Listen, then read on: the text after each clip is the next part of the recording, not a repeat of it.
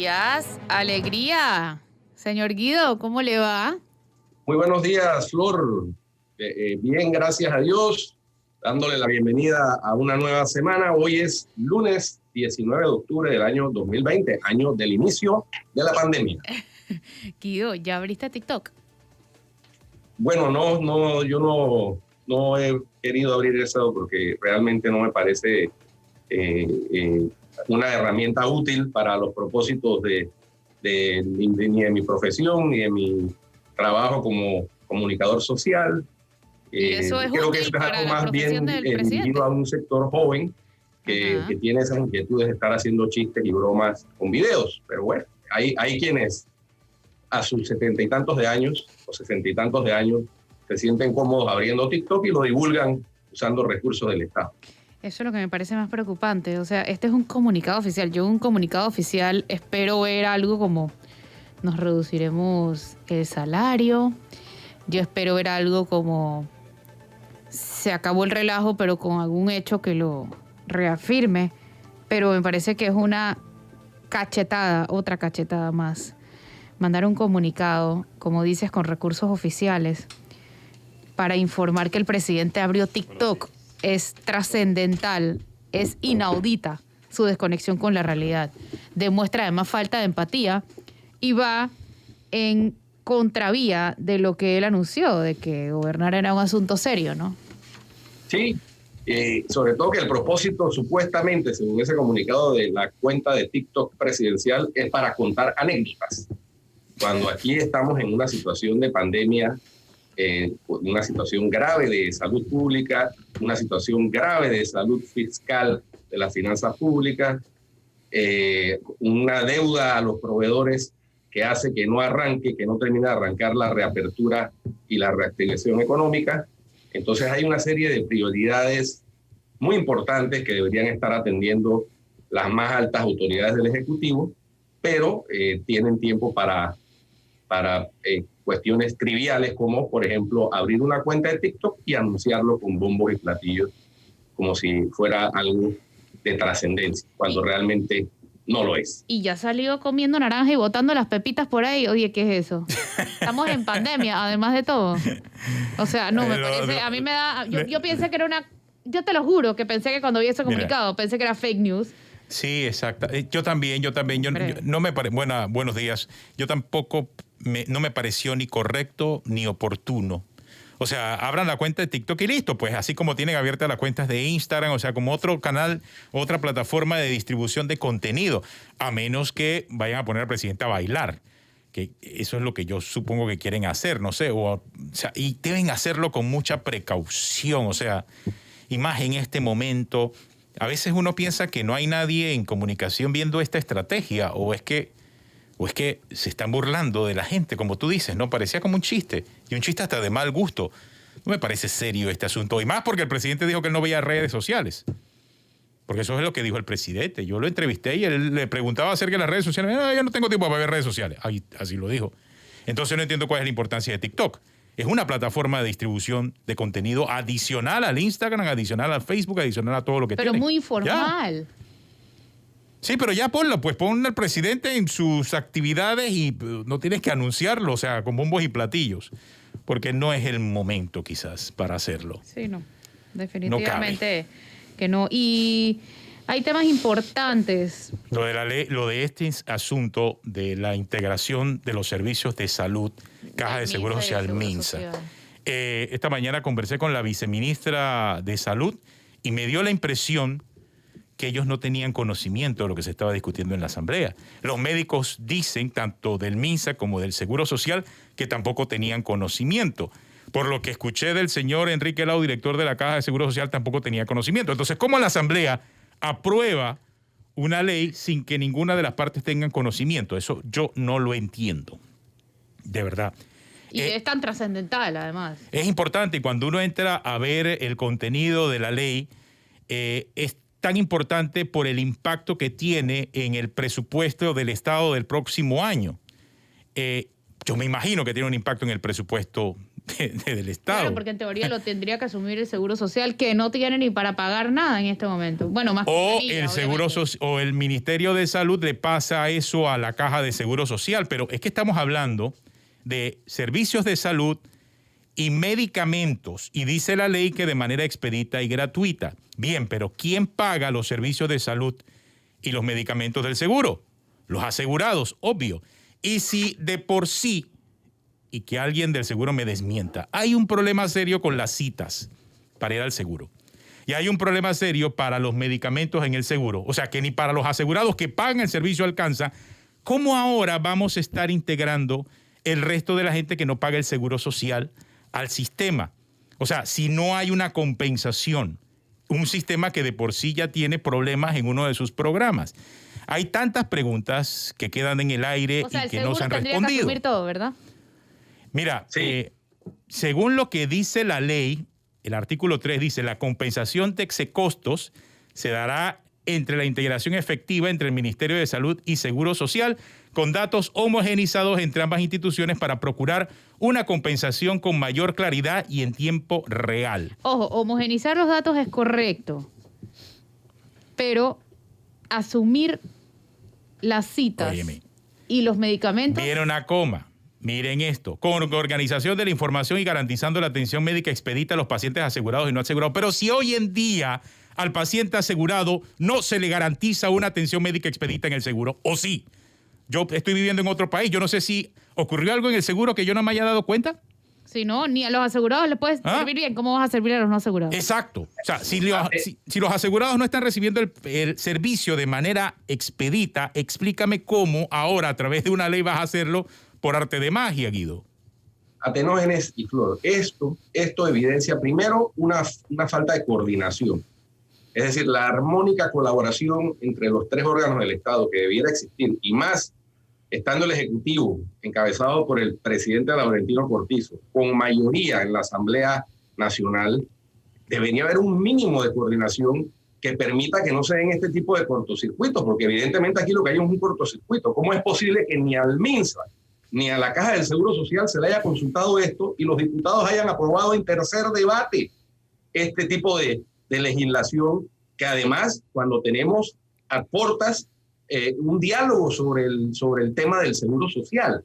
Entonces aquí lo que se evidencia es parte de lo que le decía Roberto Brenes en la entrevista de ayer del Knockout a Flor, una incompetencia preocupante realmente y falta de coordinación total. Si esto fuera una asamblea de oposición que trata de meterle el palo en la rueda de la bicicleta al Ejecutivo, uno pudiera entenderlo, pero no es el caso.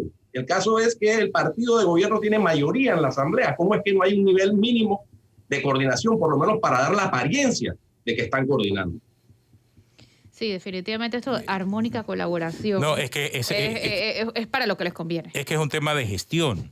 Si hay un problema en la gestión de la Caja del Seguro Social de hace años, de hace años, si hay un problema de gestión en los medicamentos de la Caja de Seguro Social, en donde todavía muchas de las áreas se manejan con Excel, es real, no es cuento, es real.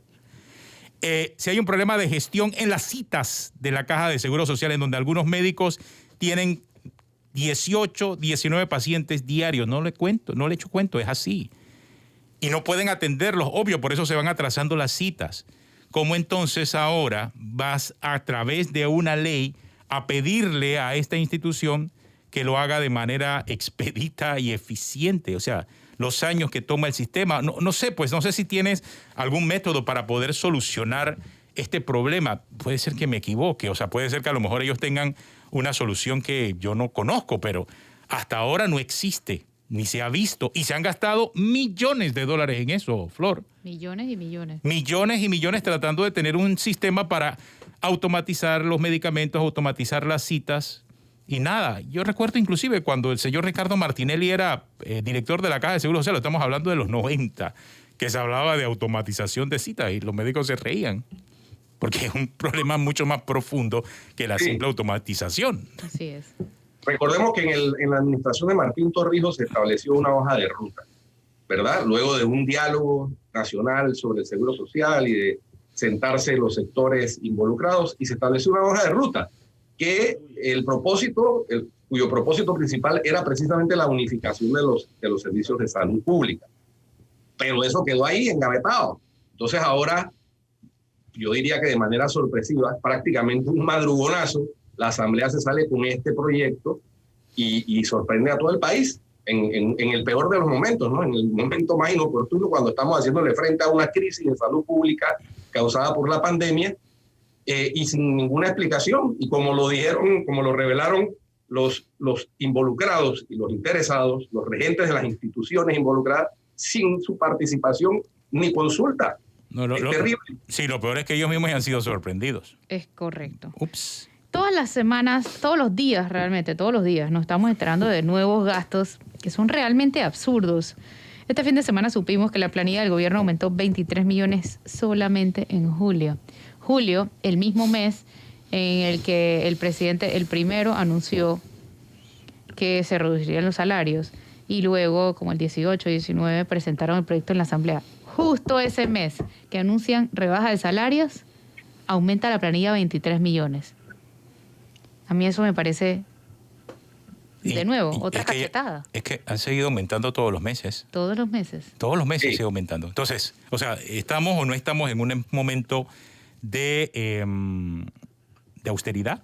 No, yo creo que austeridad, no, para nada. Aquí no existe austeridad. Austeridad para algunos que somos los que hemos tenido que reducir nuestros salarios y nuestros ingresos. Del sector privado, sobre todo. Pero si usted trabaja en el sector público, pues no hay ningún problema. O sea, no hay pandemia, parece, Guido. Y si a eso le sumamos yo diría, denuncia o alerta que ha enviado la Cámara de Comercio, Industria y Agricultura de Panamá, de que el Estado le adeuda $700 millones a proveedores del Estado, generados durante esta administración y generados durante la pandemia, es decir, a los supermercados que están aportando sus productos con el vale digital, a las constructoras que no han podido reiniciar proyectos de obras públicas porque todavía se les adeuda $200 millones, etcétera. Y uno ve por el otro lado el derroche de millones en la Asamblea, el aumento en la planilla del Estado, que puede ser que parte de esos aumentos sean aumentos establecidos en la ley. No tengo por qué cuestionar eso, dudarlo, pero ¿dónde está reitero, lo que siempre cuestionamos aquí? ¿Dónde están las prioridades? ¿Cuál es el plan para recuperación económica? ¿Por qué se sigue haciendo fiesta con el erario público en cuestiones que no son prioritarias? Ese es el gran cuestionamiento. Y entonces la gente dice, pero es que ustedes solamente dicen lo malo. Bueno, pero es que esa es la labor de los medios de comunicación social. Aplaudir lo bueno cuando haya algo bueno que aplaudir, pero señalar las cosas malas, señalar los errores, señalar las inconsistencias. Esa es nuestra misión como medios de comunicación social. Yo esperaría... Y eso debe entenderlo las personas que están al frente del aparato del Estado. Yo esperaría, Guido, que ahora que el presidente tiene TikTok, nos dedicara uno al tema de los bancos, al menos que explicara por TikTok, ya que no ha podido hacerlo ni él ni nadie de su gobierno, salir a defender el tema bancario. Y es un tema clave, trascendental, súper importante, que está ganando terreno sin que nadie le ponga un alto. Son los diputados populistas que están presentando una propuesta bancaria. Y ellos, en verdad, los populistas están haciendo lo que mejor saben hacer: dividir, destruir, mentir. Y lo están haciendo justamente ahora que el panameño tiene temor de perder su casa, su carro, la escuela de sus hijos. Entonces ellos están apelando a ese miedo y esos vacíos los está llenando el odio. Porque por un lado los bancos se están defendiendo bastante tibiamente, sin explicar claramente cómo esto amenaza al país, a los clientes. Y por otro lado el gobierno no ha dicho nada, como decía. Entonces esto no solamente pone en jaque la inversión local, sino también la extranjera, que estamos necesitando tanto en estos momentos para reactivar el país, Guido. Sí, es una cadena de sucesos desafortunados que ya se han visto en otros países. Hay situaciones similares en otros países conocidos y vecinos, en donde primero los populistas y demagogos, de izquierda o de derecha, comienzan a descalificar las actividades que son pilares económicos de esos países. Y comienzan a aprobar legislación para ponerle trabas y para poner regulación extrema a ese tipo de actividades. Y por supuesto producen la desincentivación de la inversión en esas actividades e incluso logran minar gravemente el desarrollo de las mismas. Y al mismo tiempo, ojo, paralelamente, tratan de introducir legislación que limita la libertad de expresión. Entonces, es un escenario vivido, conocido y catastrófico en otras latitudes. Entonces, hay que abrir el ojo. Yo creo que la Asociación Bancaria de Panamá pues, salió con un comunicado el sábado. Yo creo que es necesario que sean más proactivos, porque sí tienen que explicar bien, porque la población en general, primero, no lee. Eso es una realidad, muy poca gente lee. Y segundo, creo que están siendo atacados sistemáticamente desde uno de los órganos del Estado. Entonces, tanto la Asociación Bancaria de Panamá como la Superintendencia de Bancos, como el Ejecutivo, deberían salir a plantear cuál es el tema. ¿Qué va a ocurrir en enero? El peor negocio de cualquier banco, y esto lo digo con experiencia, yo fui banquero 14 años, el peor negocio de cualquier banco es rematar, quedarse con bienes, recibir bienes en dación de pago y después salir a rematarlos. Porque en ese proceso primero gastan recursos, consumen energías, consumen recursos humanos y nunca terminan cubriendo la obligación completa. Entonces esa diferencia tienen que castigarla de sus utilidades. Entonces la banca, el negocio de la banca es captar dinero para prestar dinero y recuperar el dinero.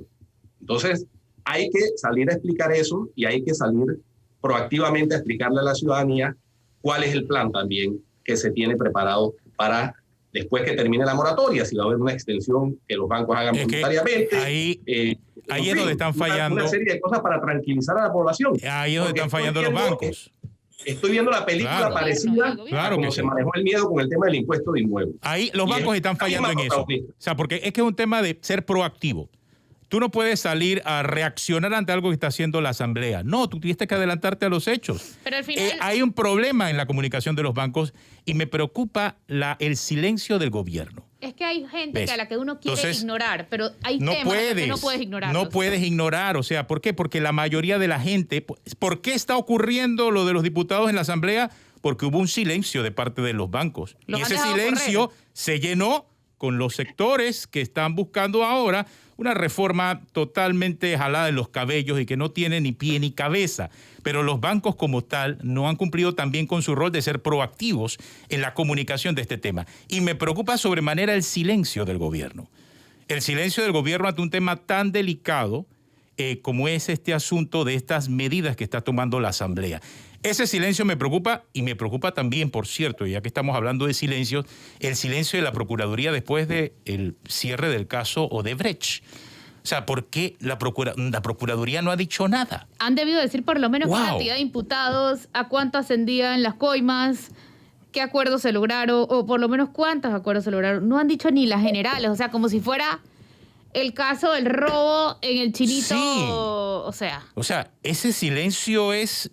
De verdad que ese silencio a mí también me preocupa. El silencio del gobierno por el lado de los bancos y el silencio de la Procuraduría con el caso de Brecht. Pareciera un caso más. O sea, bueno, no sé, de repente somos los locos, pues. No, somos los locos. Y si vamos a hablar de silencios...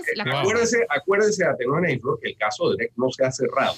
Se cerró la etapa de investigación porque se venció el plazo otorgado a la Fiscalía Especial Anticorrupción para culminar su investigación. El caso seguirá en la siguiente instancia que corresponde ahora, que es, como habíamos explicado, la preparación y presentación de la vista fiscal, que tendrá, me imagino que llamamiento a juicio, eventualmente los que no han logrado, con las personas vinculadas, con que no han logrado reunir suficiente documentación y evidencia y elementos de convicción, pues tendrán que pedir el sobreseimiento provisional y eso entra a una etapa de análisis por parte de un tribunal. Entonces no es que el caso se haya cerrado, terminó la fase de investigación.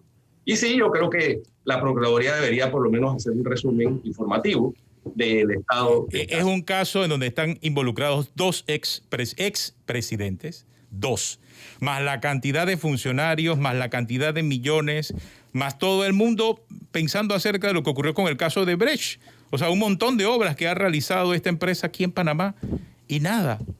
Igual, el otro día estábamos hablando acerca de la ciudad de deportiva.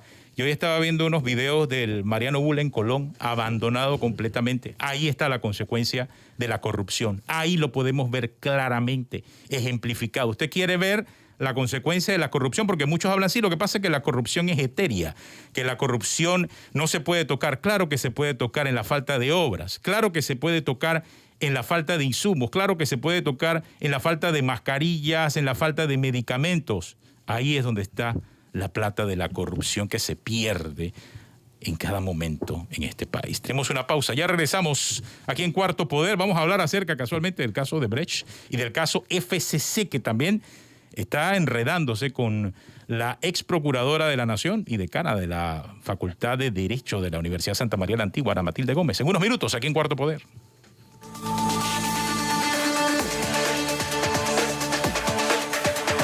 Continuamos aquí en Cuarto Poder con Flor Misrachi, Guido Rodríguez y con nuestra invitada especial esta mañana, la ex procuradora de la Nación, Ana Matilde Gómez, está con nosotros esta mañana. Buen día, licenciada, ¿cómo está? ¿Cómo le ha ido?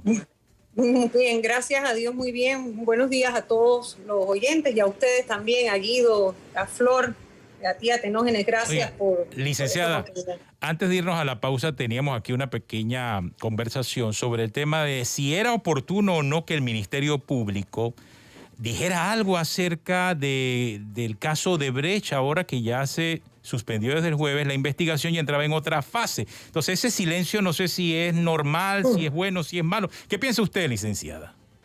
Bueno, más allá de la calificación del bien y el mal, por supuesto que es normal porque deben estar trabajando la vista fiscal. Si bien es cierto que la mayoría de las fiscales son las mismas, creo que hubo un cambio, así que ahí en la estructura de fiscales anticorrupción hay una fiscal que, aunque no es nueva en la institución, es nueva en anticorrupción. Ellas van a poner en orden un expediente que es grandísimo, en el que hay que estructurar un informe que es un resumen que hay que presentarle al juez para poder concluir con lo que uno va a pedir. Cuando uno va a sustentar una vista fiscal, cuando uno va a sustentar un expediente, una investigación, uno entrega la vista, es ponerle al juez en conocimiento de todas las diligencias más importantes, el delito, las vinculaciones, cómo piensa uno que ocurrieron las cosas y en qué se fundamenta. A diferencia del sistema penal acusatorio que tenemos ahora, porque este es un caso que está en sistema viejo, sistema inquisitivo mixto, es un resumen del expediente, así que hay que resumir todo esto. Además hay que revisar el foleo, o sea, la numeración de cada página, porque muchas veces, y esto es sistema viejo, puede devolver, además que hay expediente escrito, en el sistema nuevo no lo hay. En el sistema viejo, muchos expedientes regresan al Ministerio Público solamente porque uno se equivocó entre una página y otra, y el juez no recibe un expediente así. Cuando entra a secretaría y el juez, la secretaría del juzgado, empieza a revisar y hay una equivocación en la foliatura, ese expediente vuelve, y lo que no se quiere, lo más probable, no se quiere que haya este tipo de retrasos que son más bien de formas y no de fondo. Entonces, todo eso hay que hacerlo ahorita. En este momento debe haber personal sentado revisando que no haya error en las páginas, en la numeración de las páginas. Entonces, yo entiendo la demanda, porque es que, mire, el mundo se debate entre la transparencia, que es ahora, es lo que se requiere y es hacia donde va el mundo, la transparencia, la información, la interoperabilidad de los datos que se abren, el gobierno abierto, todo eso es la modernidad. Y por eso yo entiendo el clamor, y cuando los oigo, los veo desesperados, y cómo es que no hablan. Pero también hay un trabajo que está estructurado en base a prácticas todavía que tienen que ir modificándose en el camino. Tal vez el Ministerio Público poco a poco se irá modernizando para tener mecanismos más expeditos de transmisión de información. Yo asumo que cuando ya eso esté más o menos revisado y que ya esté listo para darse a la luz pública, entonces lo harán. Yo no creo que ahí hay nada que esconder. Evidentemente que también hay cosas que no se van a decir hasta que no se llegue a la audiencia, ¿no? No sé si con eso... No, si pero mira, qué bien que lo acaba usted de explicar. Yo con esto estaría satisfecho, porque por lo menos hay interés en un caso tan importante, un caso que no puede pasar desapercibido, como es el caso de Brecht. Es un caso que debió darse esa importancia, y siento que a medida que pasan los años, parece que menos importancia se le está dando a ese caso. No sé, pues, esa es mi opinión. Yo creo que puede haber agotamiento también de los temas. Recuerden que la agenda noticiosa lamentablemente no lo pone en la realidad de los casos, lo pone el interés de los medios. Los medios marcan una agenda que se hace noticia. Entonces, para la institución es un caso que ha estado vigente y permanente toda la distancia, ¿sí? Para ustedes cobra cierto entusiasmo y cierto foco de interés dependiendo de los personajes, de los momentos, etcétera, y vuelve y lo traen, porque además hay una cantidad de noticias, una cantidad de información que también yo me imagino se vuelve un poco espeluznante poder discernir en qué momento sacar qué, porque todos los días nos bombardean con cosas nuevas y se van sorprendiendo, como decía hace un rato Flor, con gastos, por ejemplo, cosas nuevas, el incremento de la planilla, hay un bombardeo muy grande. Yo entiendo que este es un caso que debe mantener la vigencia y a los medios corresponde. Yo creo que eso es importante porque es el vínculo entre la institución y los ciudadanos.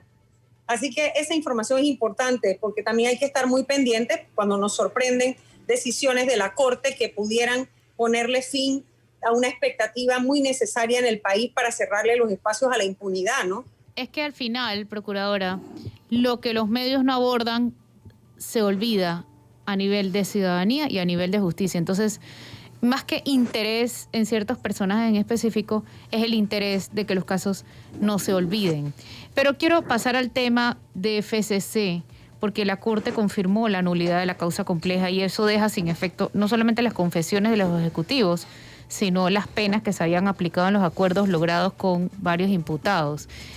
Esto pasa mientras en España confesaron las coimas, dieron detalles, incluso dijeron que la estructura era la misma que se usó en MECO y en Odebrecht. Su opinión al respecto. Es muy lamentable. Da tristeza porque pareciera que la Corte, el máximo tribunal de justicia nuestro, no se está conectando con la realidad de lo que está ocurriendo.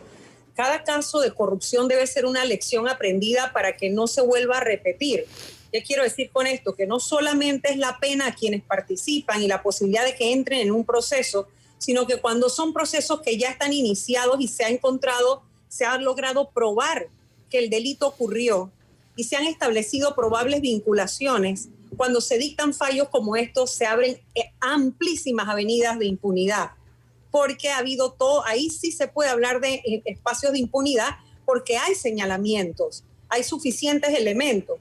Ahora tocará al Ministerio Público, yo no sé qué tipo de malabar van a poder hacer para recuperar, no todo está perdido, obviamente, porque eso tiene una fecha hasta donde se marca esa nulidad o hasta donde dejan sin efecto la declaratoria y antes de esa fecha se deben haber logrado información y cosas que pueden permitir reenrumbarlo. Pero solamente quien maneja el expediente lo va a poder saber y determinar. Y allí sí, en este momento, por ejemplo, yo esperaría e instaría a que el Ministerio Público salga rápidamente, no rápidamente de velocidad, sino oportunamente, salga a dar una información que permita mantener viva la esperanza de que frente a un caso que ha sido tan evidente que a partir de las adendas, cada gobierno que ha pasado, ha habido una descomposición de ese contrato en su concepción original y que ha permitido que se pierdan dineros públicos porque no solo es los que se han ido a los bolsillos de los particulares,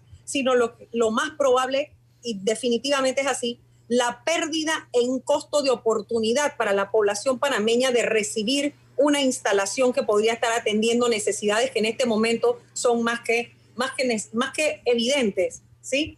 Así que ojalá que el Ministerio Público nos explique hasta dónde se puede recuperar ese expediente o esa investigación. Hay que entender sobre esa decisión de la Corte quiénes votaron a favor. Todos, Cecilio Sedalice, Maribel Cornejo, Hernán de León, María Eugenia López, José Ayú Prado, Carlos Alberto Vázquez, Luis Ramón Fábrega. Hay solamente un salvamento de voto de Olmedo Arrocha Osorio, el magistrado Olmedo Arrocha. Dice que la presente decisión de la cual disentimos, dice Olmedo Arrocha, basa su razonamiento en las siguientes consideraciones, a saber, 1, que la discusión es pertinente en sede de legalidad, pero no de constitucionalidad. 2, falta de desarrollo y explicación del Consejo de la Infracción. 3, ausencia de lesividad. Así pues, desde nuestro punto de vista, con relación a la pertinencia de la discusión y a un uso inapropiado del proceso de amparo como otra instancia de la lectura de la memorial de la demanda, alcanzo a comprender el concepto desarrollado y que el mismo guarda relación con una violación del debido proceso. Dice el magistrado Olmedo Arrocha, quien salvó su voto en esta decisión de la Corte que anuló la causa compleja en la investigación del caso FCC. Esa es la... Mire, lo triste es que pareciera que nuestros operadores judiciales no terminan de comprender la relación tan directa que hay entre el manejo de fondos públicos y la trama de dineros mal habidos en el crimen, con crimen organizado. Entonces, declarar un caso complejo no debe ser tan complejo para ellos en ese sentido, porque están olvidando que la corrupción, el dinero de la corrupción, la actuación de los servidores públicos es un precedente necesario e importante en las tramas de crimen organizado estatal, en los que incluso hay vínculos con el sector privado. Es la forma en que el sector privado se conecta con el público para poder lucrar indebidamente en obras públicas. Y esto nos trae a otra reflexión, y es que el tema de la corrupción mucha gente lo habla, poca gente lo entiende. Cualquiera se para frente a un micrófono y habla contra la corrupción, pero a la hora de poder desgranarla, eso tiene aspectos técnicos que deben ser estudiados constantemente por nuestras autoridades para ponerse a tono en las circunstancias y de los tiempos. No solo es manejar todas las convenciones internacionales de las cuales Panamá es signataria, sino que entender que es una modalidad dinámica. ¿Qué quiero decir con esto? Que puede ir cambiando con el tiempo, puede valerse de estructuras no establecidas antes, pero que cada caso va enseñando cómo el delito se comporta y cómo se ponen creativos los funcionarios públicos para desviar los fondos a través de las obras públicas. Entonces, eso es necesario que lo estudien para que no pasen estas cosas. Ese caso, ¿cómo van a decir que ese caso no es complejo? Sí, a mí me preocupa, licenciada Gómez. Aunque observo que más se fueron es por la línea de la violación al debido proceso, ¿no? Pero no, es que lo que me preocupa, y vaya, lo que me preocupa es que con base en un tecnicismo, otra vez se anula o se pretende anular parte vital de una investigación. Y un tecnicismo porque, imagínense, la jueza originalmente, la jueza había declarado la causa compleja. El segundo tribunal decidió que esa decisión, valga la redundancia de la jueza, no era legítima por falta de competencia, porque debió haber atendido primero una solicitud de acumulación de dos procesos. O sea, eso es un tecnicismo, eso no va al fondo de la investigación y del caso. Y esos tecnicismos son los que van minando la credibilidad en la administración de justicia y dan la sensación y provocan la sensación en la ciudadanía, justificada es así, de impunidad. Claro, y además uno se pregunta por qué tanto apego a tecnicismos en un sistema inquisitivo mixto que lo que menos tiene son tecnicismos. A eso voy. Y además ponen el fondo, ponen la forma sobre el fondo. Y no solamente pasa en este tema. Pasó también con el caso de los amparos que están rechazándolos a cuentagotas, los han ido rechazando. Y por puras cosas que son excusas. Y digo excusas, por ejemplo, hay uno de los amparos que rechazaron porque no presentaron la copia simple del decreto.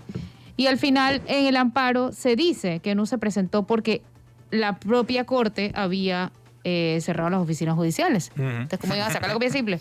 Y esto está pasando con varios de los recursos. Los amparos contra los decretos de pandemia, claro. Sí. Sí, yo me lo imaginé. Y por otro lado, forma sobre fondo, ¿no? Mira que en este fin de semana supimos que le dieron 6 años de cárcel al CEO de Leonardo, lo que antes era Finmecánica, y es el tercer CEO de esa empresa que está en problemas judicialmente.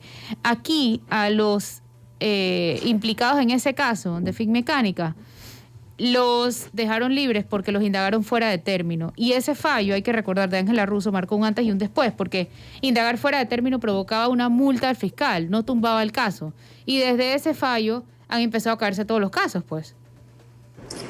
No caerse, a tumbarlos.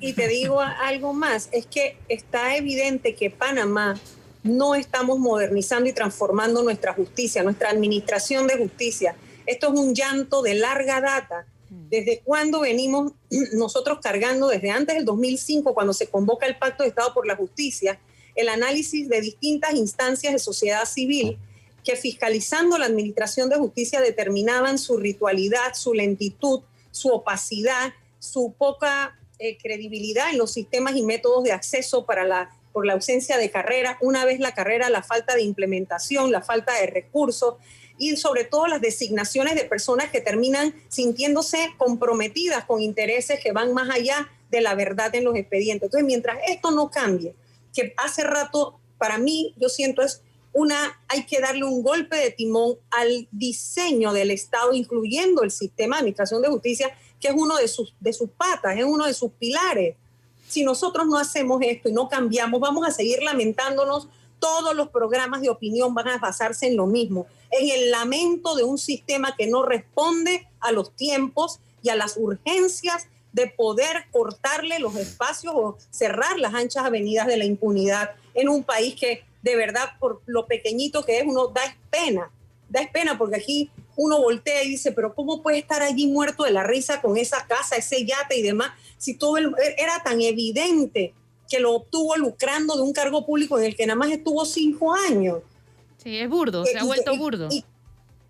Burdo, porque le enrostran a uno una riqueza que no tiene justificación. Entonces, ¿para qué están las normas? Somos un Estado de derecho fallido. ¿Por qué? Porque la estructura legal que nos sostiene no tiene ningún tipo de aplicabilidad. A la hora de la norma le dan la vuelta a las normas están claras a veces, hay otras que no existen, pero con las que existen tampoco trabajan. Entonces uno se pregunta, ¿para quién están trabajando?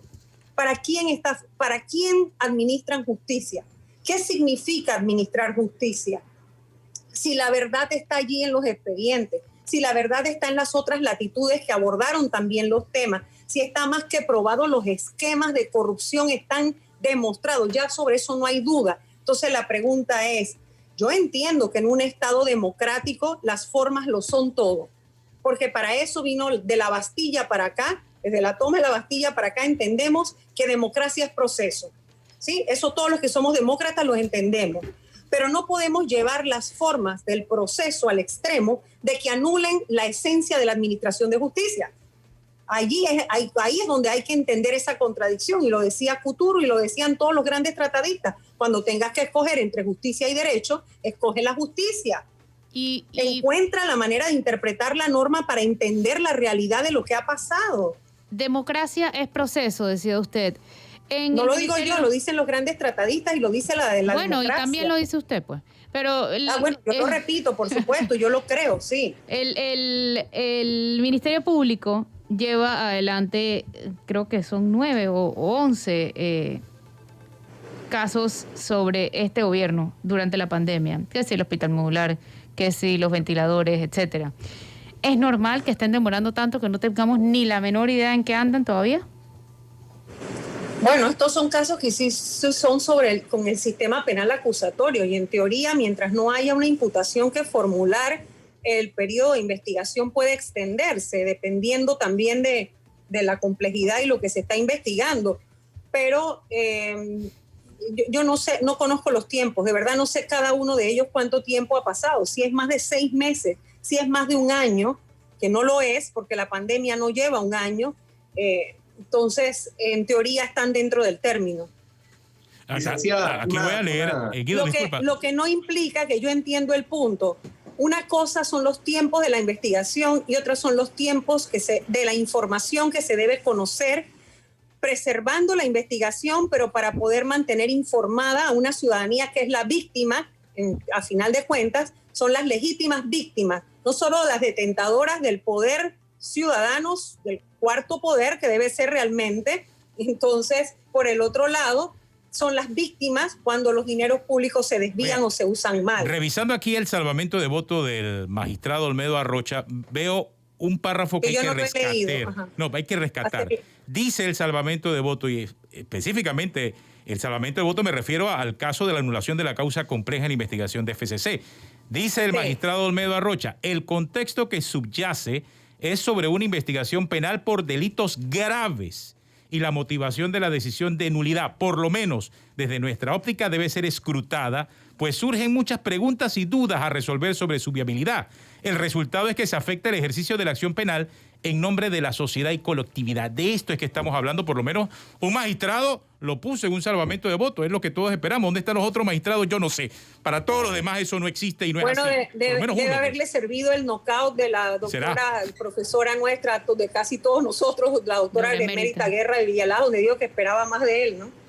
Sí, pero me sorprende porque aquí hubo como un vientito de esperanza con el nombramiento de los nuevos magistrados. Y eso como que no fue. Y sorprende porque, mire, la causa compleja no es, yo no la veo como tan difícil de ubicarla en un caso como ese, por la trama que comprende.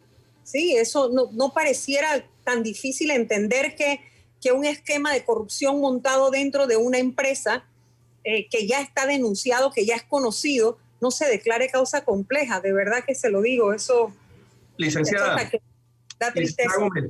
Por otra parte, una propuesta del diputado independiente Gabriel Silva para hacer transparente lo que debiera ser transparente, que es las decisiones judiciales, las decisiones en materia judicial, fue desestimada por la Comisión de Gobierno de la Asamblea Nacional, alegando que ese proyecto violaba la dignidad humana. ¿Violaba la dignidad humana? Sí, yo la verdad no entiendo, porque el artículo 3 del Código Procesal Penal, que establece o que rige el sistema penal acusatorio, establece entre los principios que rigen el proceso el principio de publicidad. Entonces, la verdad es que no entiendo los argumentos de la Comisión de Gobierno para rechazar esa propuesta que simplemente buscaba que las sentencias se publicaran. Las sentencias del órgano judicial de las distintas instancias se publicaran. Que es en primer lugar... Cuando un proceso tiene como principio la publicidad. No, y sobre todo que incluso en el sistema viejo se tenía muy claro y se entiende todavía, trasladado al sistema nuevo, una vez que hay apertura de causa criminal, una vez que hay imputación, una vez que hay un llamamiento a juicio, una vez que se entra a la fase de juicio oral, se entiende levantado ese velo porque ya no hay tal presunción. Digo, el estado de inocencia se debe conservar en un estado de derecho hasta la sentencia. Pero cuando ya usted tiene una sentencia, esa decisión se convierte erga omnes. O sea, es una decisión que aplica para todo el mundo. Así que, en teoría, ella es en su esencia pública, por su propia naturaleza, porque debe aplicar para todo el mundo, no solo para las partes, porque ya es una sentencia.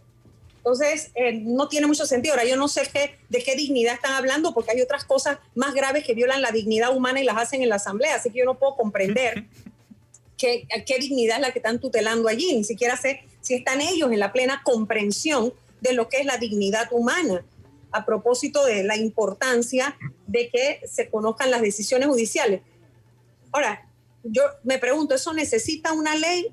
¿Realmente se necesita la reestructuración de la propia Corte, que en teoría debería buscar la manera de ella poder hacer accesible sus decisiones, porque ya lo han dicho ellos, en teoría no dan declaraciones y demás, ellos hablan por sus fallos. Entonces, si la Corte dice que ella habla por sus fallos, es a la Corte, es al órgano judicial a quien más le conviene la oportuna publicidad de sus decisiones. Claro. Es como la lógica de la organización, ¿no? De cómo funciona. Si tú no vas a estar dando declaraciones, no puedes hablar durante el proceso, no me vas a estar hablando de las partes, entonces lo único que queda para que tú no seas un oscurantismo total es publicar tus decisiones. Si tú hablas a través de tus decisiones, entonces tus decisiones tienen que ser públicas. Oiga, muchas gracias, licenciada, la licenciada Ana Matilde Gómez, conversando esta mañana aquí en Cuarto Poder, ex procuradora de la Nación, actual gracias a ustedes. De la Facultad de Derecho de la Universidad de Santa María la Antigua. Gracias, licenciada. Tenemos una pausa y ya regresamos.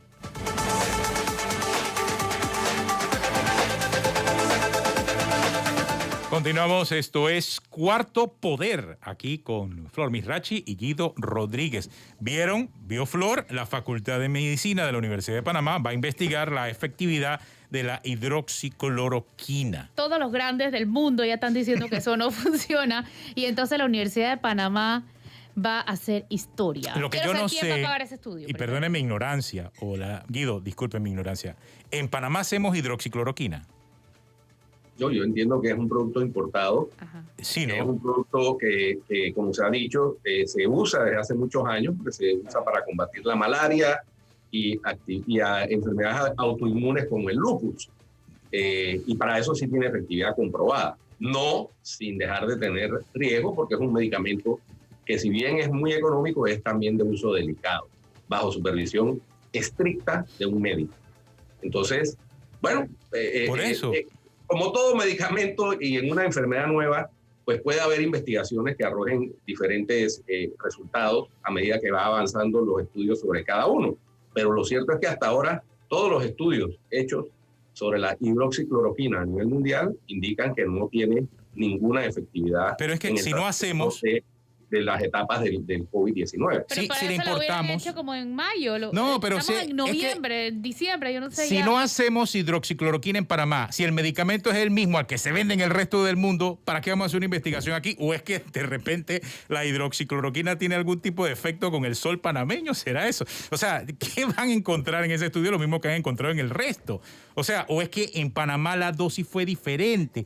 Yo no sé realmente, porque al final esto es algo que en el resto del mundo funciona de una forma y en Panamá funcionará de una manera diferente. O sea, tantas cosas que hay que investigar acerca del COVID en Panamá. Tanto trabajo que está haciendo, por ejemplo, el Instituto Gorgas, en función de la manera en que el virus está mutando, en la manera en que el virus va cambiando. Creo que mejor es meter esos recursos en el Instituto Gorgas, o la Facultad de Medicina de la Universidad de Panamá puede unirse al Instituto Gorgas e ir por esa línea de investigación, más que seguir profundizando en el tema de la hidroxicloroquina, que es un producto que ni siquiera hacemos en Panamá. O sea, bueno, funcionó, no funcionó. Realmente hay tantas investigaciones en el mundo sobre el tema que la de Panamá, de verdad que yo no creo que va a sumar ni restar. Bueno, es mi humilde opinión, a lo mejor estoy diciendo una tontería, o a lo mejor todos los que estamos aquí estamos equivocados, a lo mejor estamos pensando en otra cosa, no sé, pero creo que no tiene sentido. Ni un sentido, además, ¿quién va a pagar eso? Sí, o sea, no sí lo van a pagar. Ese es el problema, que sí lo van a pagar, Flor. ¿Quién? Sí, lo van a pagar. Va a haber presupuesto del Ministerio de Salud para eso, te aseguro. Para cuando Te hay para aseguro. otras cosas tan importantes como pagarle al personal médico, insumos, proveedores. O sea, de verdad que tenemos las prioridades como... Le estamos debiendo tanta plata a los proveedores, pero estamos pensando en un estudio de la hidroxicloroquina cuando no es prioritario. No estoy hablando de que... Claro que hay que investigar sobre el COVID. Cuando ya hay Por eso hay que estudios. investigar sobre el COVID en Panamá, y como dije, Gorgas está haciendo una investigaciones tremendas en Es ese casi sentido. como si iban a investigar si la Tierra es redonda. Exacto. O sea, Ya, se sabe, ya. ¿Para qué insistir? ¿Para qué botar plata en eso? Y encima le debemos 700 millones a los proveedores. Exacto. Eso parece, o sea, uno no tiene por qué estar sospechando ni pensando mal de todo, pero eso parece dirigido a justificar decisiones que se han tomado por parte de los rectores en la salud pública, y no a realmente hacer una investigación que, como ustedes bien anotan, no tiene mayor trascendencia, porque ya las investigaciones se han hecho en otras latitudes. Todas coinciden en que la hidroxicloroquina no hay evidencia documentada de que tenga efecto positivo para el tratamiento del Como COVID. me dicen por aquí, es el ego de un montón de locos de alto perfil, de personas que están hablando de la hidroxicloroquina como si fuera la panacea. O sea, por ego entonces vamos a gastar un par de millones, porque ese estudio no va a costar miles, va a costar millones. Millones que necesita la propia Universidad de Panamá, por cierto. Antes de que hiciera un estudio de la hidroxicloroquina, yo creo que el Ministerio de Salud debería brindar un informe de a cuántos pacientes se les ha dado, cuál ha sido el resultado en esos pacientes, si ha sido positivo o negativo. Nosotros no tenemos ni la más remota idea. Y aparte es al azar, o sea, y es a discreción del médico, porque esa es la instrucción, es un tratamiento obligatorio. Yo sigo preguntándome, si es tan bueno, ¿por qué lo dejan a discreción del médico y no lo usan obligatoriamente? Sí. Eso es para que se ahorren las demandas. Y eso es solamente contra evidencia científica, señores. Aquí no estamos especulando. Sí, hay mucha especulación sobre todos estos temas, porque desafortunadamente en estos tiempos en que impera el miedo también, hay quienes se aprovechan de eso y tejen toda una teoría de conspiraciones y demás, que la gente las compra. Desafortunadamente, la falta de lógica crítica que impera en la mayoría de la población, desafortunadamente, terminan comprando estas teorías y creyendo que es que la hidroxicloroquina sí es buena, pero como no le conviene a las farmacéuticas, como si fuera que lloviera hidroxicloroquina, o sea, es un producto fabricado por farmacéuticas, entonces la están petardeando. Eso yo creo que ahí se resume todo el aspecto alrededor de este medicamento y la politización, porque dos personajes presidentes, Trump y presidente Bolsonaro, confesaron que la usaban como medida preventiva. No les sirvió a ellos, ¿no? No, a los dos le dio COVID. A los dos le dio COVID. Así terminamos. Gracias por acompañarnos aquí en Cuarto Poder. Guido Rodríguez, Flor Misrachi. De nuestra parte será hasta mañana. Hasta mañana. Chao.